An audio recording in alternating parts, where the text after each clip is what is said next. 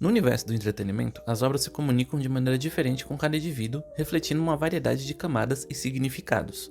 Quando se trata de produções voltadas para o grande público, como filmes de sucesso ou séries populares, essas obras muitas vezes evitam temas políticos e sociais mais profundos, optando por oferecer uma experiência de escapismo. Isso é o que muitas pessoas procuram ao chegar em casa, logo após um dia de trabalho ou um dia longo de estudo, Algo leve, que te proporcione risadas e alivie uma certa tensão do cotidiano. Esse tipo de entretenimento é desenhado para ser acessível e prazeroso, mas não necessariamente para provocar uma reflexão. Por outro lado, existem obras que ousam explorar temas mais densos, como política, religião e questões sociais. Essas produções não se contentam em apenas entreter, elas buscam instigar o pensamento crítico e provocar discussões sobre o mundo em que vivemos. Um exemplo disso é o filme V de Vingança, que é baseado na famosa HQ de Alan Moore, que faz uma crítica contundente a regimes autoritários e ao controle do governo, utilizando uma narrativa que, embora ficcional, ressoa fortemente com questões reais. Essa diversidade de abordagens está presente em todas as formas de entretenimento, desde livros, filmes, séries, até animes e quadrinhos.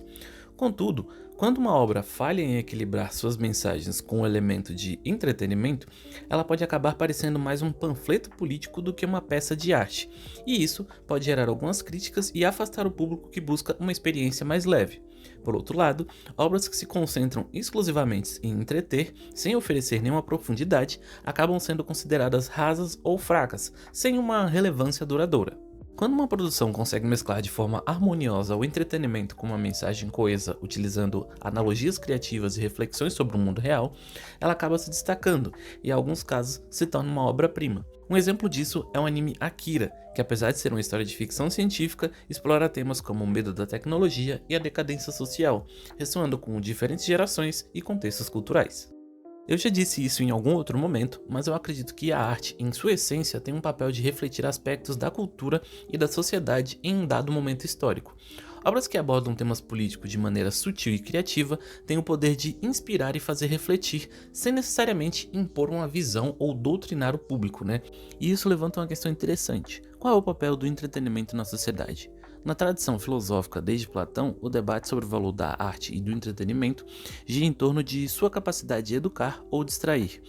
Obras como Neogênesis Evangelho trazem um exemplo claro de como é possível provocar reflexão sem alienar o público. Evangelho utiliza uma estética de ficção científica para explorar questões existenciais e psicológicas profundas, como o vazio emocional, ou o isolamento humano e o sentido da vida, e a obra permite múltiplas interpretações, dando ao espectador a liberdade de tirar suas próprias conclusões sobre os temas abordados.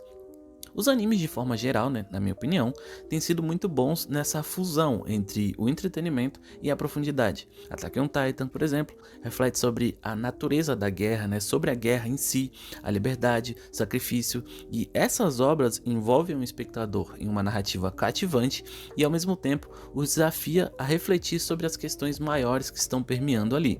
E o segredo desses animes está na habilidade de deixar espaço para a interpretação do público sem impor uma única visão de mundo. Em contrapartida, o cinema ocidental recente tem sido criticado por exagerar na sua tentativa de passar uma mensagem clara e explícita, o que pode alienar uma parte do público que busca por mais neutralidade ou leveza. Isso nos faz refletir sobre como o contexto cultural molda as expectativas do público em relação ao entretenimento. Nos Estados Unidos, por exemplo, o cinema e a TV são frequentemente moldados pelas tensões sociais e políticas do momento. O impacto dos ataques do 11 de setembro resultou em uma série de filmes que abordam diretamente ou indiretamente o terrorismo, a segurança nacional e a luta contra ameaças externas. Por exemplo, o Voo 93 ou A Hora Mais Escura capturam justamente essas tensões da época e oferecem narrativas que dialogam com os medos e desafios enfrentados pela população americana. Da mesma forma que no Brasil, a desigualdade social e o tráfico de drogas são temas profundamente enraizados na realidade nacional, e isso inspira obras cinematográficas também que têm grande impacto. Filmes como Cidade de Deus e Tropa de Elite, que retratam não apenas a violência urbana, mas também a complexidade social e cultural do país, o que pode resultar em obras que buscam de maneira explícita se alinhar com certas ideologias. No Brasil, o clima polarizado também afeta a recepção de obras culturais, com muitos julgando as produções com base nas suas afinidades políticas.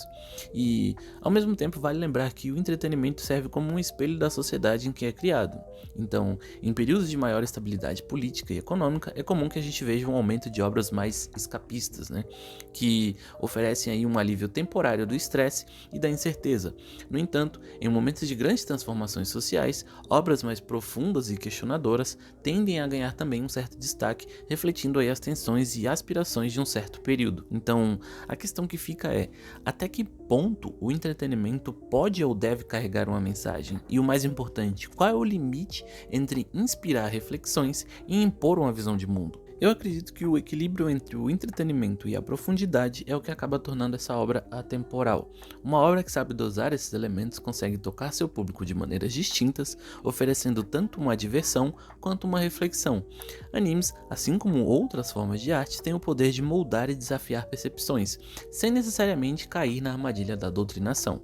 Portanto, eu acredito que ao consumir uma obra, talvez a pergunta mais importante seja até que ponto ela está nos entretendo e até que ponto ela está nos fazendo pensar, né? Questionar. Mas e você? O que pensa sobre tudo isso? Deixa a sua opinião aqui nos comentários, tá bom? Por hoje é isso, galera. Muito obrigado por estarem aqui. Vou indo nessa e até o próximo vídeo.